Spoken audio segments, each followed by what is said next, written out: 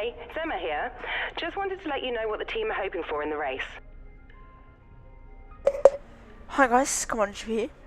Welcome to the F1 2016 career mode today, and we'll be doing the Monaco Grand Prix today, the 6th round of the season. If you're wondering where the Spanish Grand Prix is, well, check the qualifying session and I talked about it. For this race, we need to finish in 7th place or higher, and we need to beat Valtteri Bottas and Romain Grosjean. So, we start on pole position for this race, our first ever pole position here in this F1 2016 career mode. And we are close to beating Valtteri Bottas. As you can see, we are 5 points ahead of him in the rivalry challenge. So, let's go now to the Monaco Grand Prix. Motor racing has come a long way since the first Grand Prix of the early 20th century. We have faster cars, bigger circuits, highly trained drivers who've dedicated their lives to racing. But still, we return here. Still, it remains the most desired victory in Formula One. Still, we race the Monaco Grand Prix. The astonishing Circuit de Monaco is, for all intents and purposes, virtually unchanged since its inaugural race back in 1929. The faster cars of today, though, ensure the 19 corners past the casino and along the seafront remain as thrilling as ever. A 2.1-mile lap here takes us around an entire country, yet never more than inches from the race-ending barriers. And as the drivers start thinking about getting a good start and how on earth to get through Saint-Devote in one piece, I have to wonder, Anthony Davidson, if we might be seeing a safety car or two today. Well, you wouldn't exactly bet against it, would you? Statistically, it is pretty common, of course. About 80% of all Monaco Grand Prix will have at least one safety car. And that's despite the incredible work of the marshals around here, who you'll often see lifting cars out of the way just under the yellow flag conditions. The teams will always plan for the worst case scenario though, and they'll be making sure various caution periods are built into their strategy models for the race. Okay, it's a short run to Saint-Devote, and you know what Monaco's like, so try to defend this lead.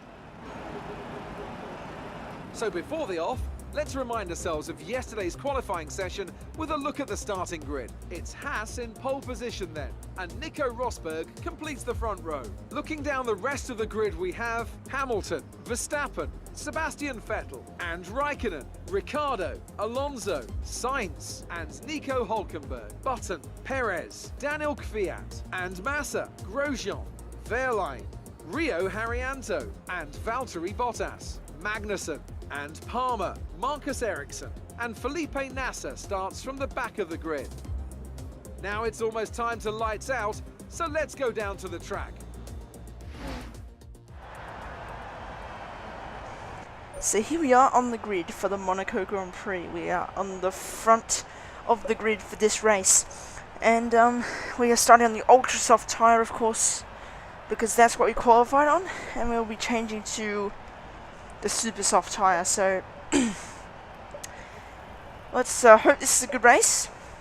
But I don't expect it because it's Monaco. So yeah, Monaco doesn't usually have a good race. I mean, it can cause some crashes and some safety cars, but doesn't generally have some side-by-side action all the time. So here we are, leading formation lap for the first time in this career mode, which is nice to see. And, oh yep, but don't hit the wall, because we just did there. Just a little bit there on the entry to Beaurivage. Now coming into Massenet, we have Rosberg on the front row as well beside us in second, Hamilton in third. Because Ricciardo, who would originally have started in second place, got a 5-place grid penalty, so he's all the way down in 7th. We can probably see him any moment as well. Here we go. We are weaving in towards Tobacco now onto the final straight. Lining up on the grid for this race here in Monaco. Let's hope this is a good race here.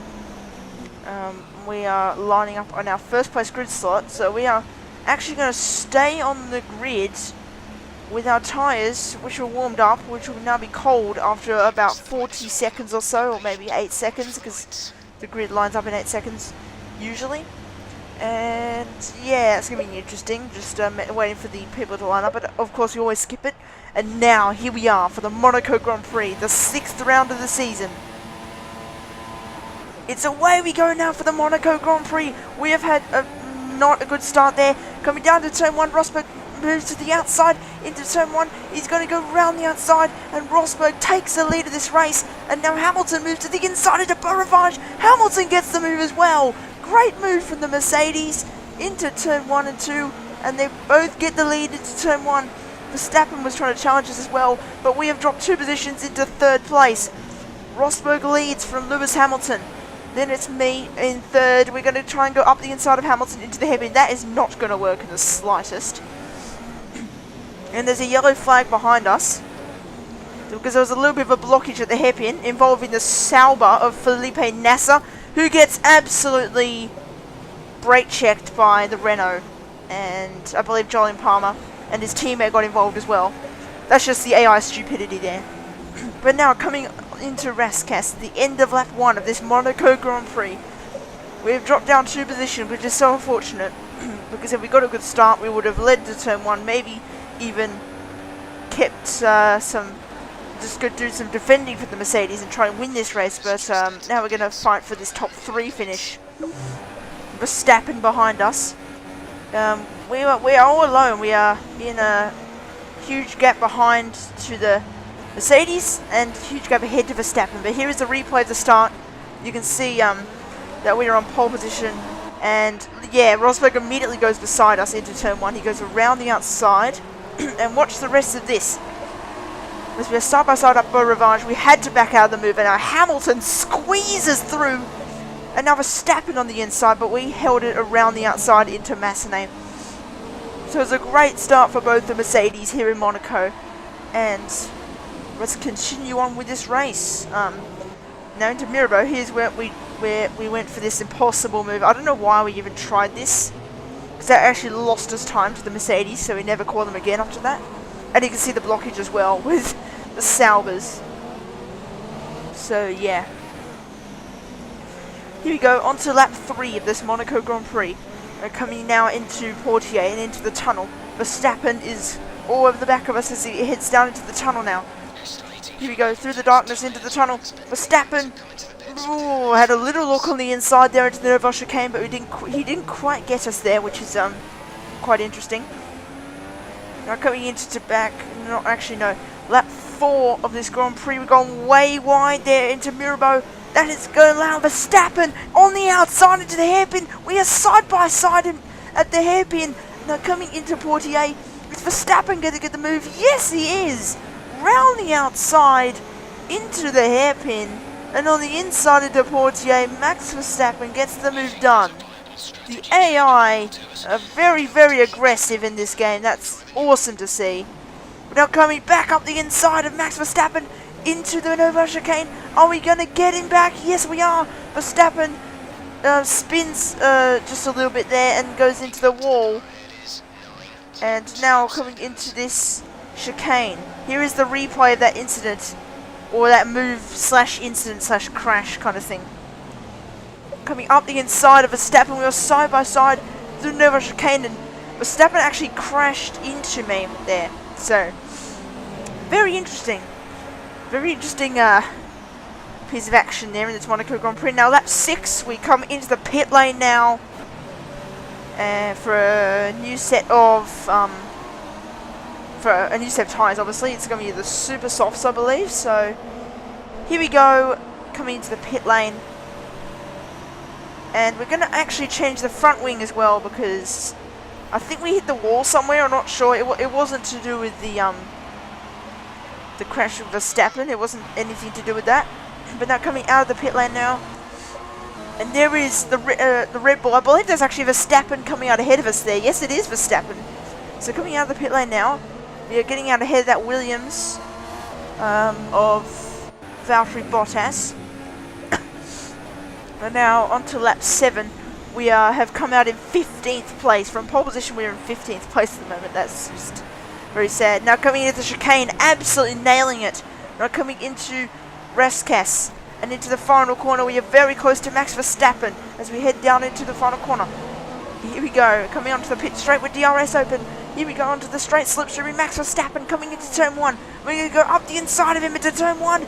And there's a force injury of Hulkenberg coming out the pits. We get the move done of Verstappen and we get out ahead of Hulkenberg. great move from us. We move up 2 positions within 2 corners. Here is the onboard from Max Verstappen. He sees Hulkenberg coming up the inside, and then we come up the inside from a long way back. And there is Hulkenberg coming out the pits, and we get out ahead of him as well. Nice move from us there. Now we actually passed Alonso last lap into 10th. We didn't show the move. But now we are on the back of Carlos Sainz for 8th place at the moment. Here we go. We're going to try and come up the inside into Raskas on Carlos Sainz. We almost hit the wall there. Actually very, very close to the wall. I don't know how we didn't hit the wall. But here's the replay. Coming up the inside of Sainz. We actually crashed him out of the way a little bit, I think. Let's see. Up the inside. Yeah, we actually touched his wheel. Somehow we both survived that overtake there. Somehow we didn't hit the wall. Neither of us hit the wall, which was very, very lucky. Now we actually hit the fastest lap of the race here, on lap 12. We're in P8 at the moment. And Daniel Ricciardo is the next car up for Red Bull. We are trying to catch him here. It's not really been a great race. P6 at the moment now because people are pitted. It's generally only had one overtake, and that was the overtake of Verstappen. So it's only had one proper overtake from me. So it hasn't been the greatest race today, but let's hope the next race in Canada should be good. But now we're actually getting close to Ricciardo coming into the hairpin into Portier. And now coming down to the tunnel. We're actually very close there to Ricciardo, but we've actually gone wide into Portier there, the exit of Portier, and we've actually lost a bit of time to Daniel Ricciardo coming into the tunnel. And on lap 15 here, we are at the same place. Can we get Ricciardo into the tunnel once again? We've actually gone wide again and lost a bit of time there. We're coming into the tunnel now. Absolutely flat out. Are we gonna... no way. We're gonna go for a move there. No friggin' way. Coming into the chicane, we are very close to Ricciardo, heading down into back. What are we going to do? Daniel Ricciardo, we've actually hit the wall a bit there. And now coming into back again on the next lap of lap 16. And now into the swimming pool. Let's see what we can do to Daniel Ricciardo. Absolutely destroying those curbs. Now coming up the inside of Ricciardo into Raskas. We get 5th place on the inside. That's our 2nd overtake of the race, and this race may not have become boring. 5th place here in Monaco. This is probably the best we can do unless we can catch the Ferraris miraculously. This is probably the best position we can finish in at the moment.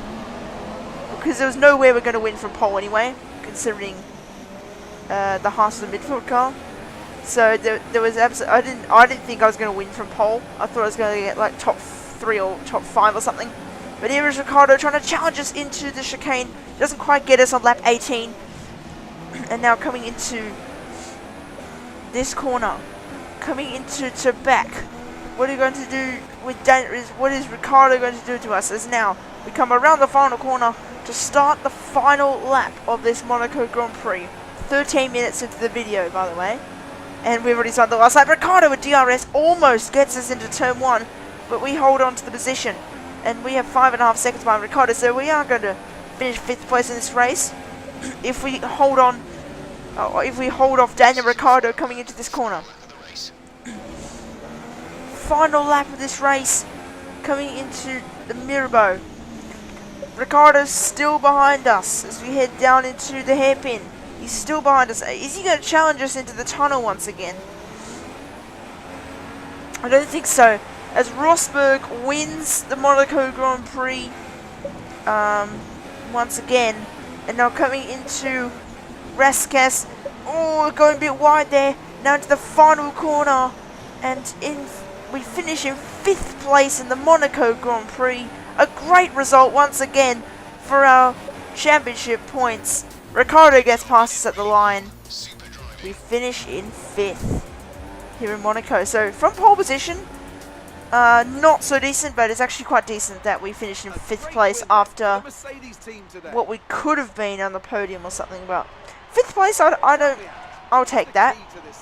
As Rosberg stands up in triumph, he takes the winner in Monaco. Raikkonen, I think, is actually in 3rd place. So is it that Rosberg has finished? Yeah, nah, it's not Vettel in 4th. It's not Vettel on the podium. I thought Vettel was on the podium like in, was it China, I think? Yeah, Rosberg wins, I believe, from Hamilton. Yeah, Hamilton, because they took me into turn 1, of course, and they just dominated the race from there. So I think it was Rosberg from Hamilton for Raikkonen. Yep, I saw Hamilton there. So Rosberg sprays the champagne in celebration. Hamilton sprays it with him, and wow, that was a decent result in this Monaco Grand Prix. Rosberg wins by 4/10 from Lewis Hamilton in 2nd place.